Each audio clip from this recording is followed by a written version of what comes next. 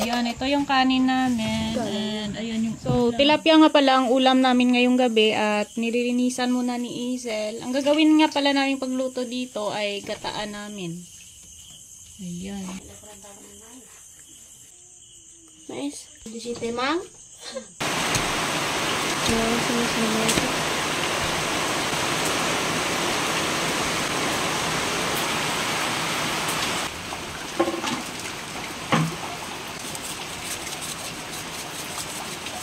Na lang.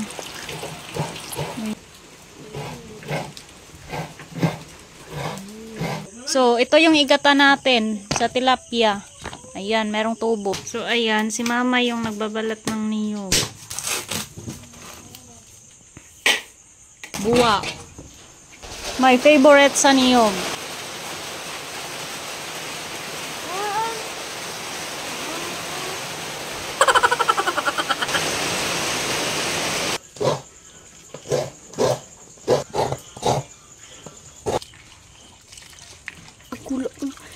Kukuha kami ni Izel ng sili dito sa tinanim ni mama. Malapit lang naman to, nasa likod lang naman ng bahay. Ano nga pala ngayon? Full moon. Yan, ang ganda. Dami lang yung pananim ni mama na sili. Nan.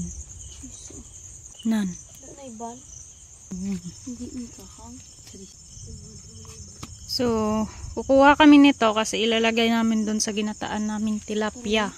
Ayan, okay na yan. Huh? Ayan, malinis na. Okay na. Ayan. Bicol.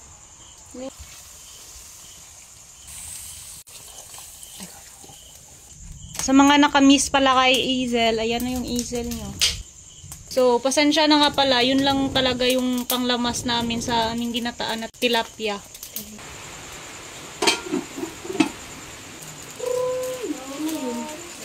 Habang nagluluto kami, yung mama namin, tingnan nyo namin. Sarap ng higa niya dun sa duyan na ginawa niya dati. Buron. Blurred.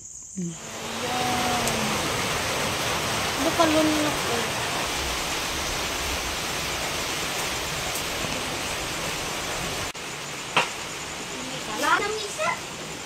Umuulan, so ang ginagawa ni mama, nagtatambak ng tubig sa mga container. Kasi sobrang hirap dito sa amin yung tubig ba. Yun. Yun pa yung isa.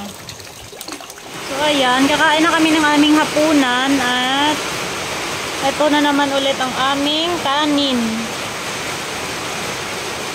Palay na merong mais. So pasensya nga pala kasi umuulan at sobrang ingay.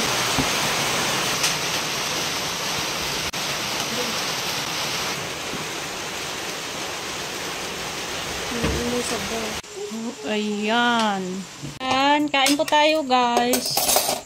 Ayan, ito yung kanin namin. And ayan yung ulam. Ang sarap. Isa. Ayan yung bunso namin. Si Izel nyo. Ayan, ang tangos ng ilong, diba? Ayan ang mother. Magandang mother.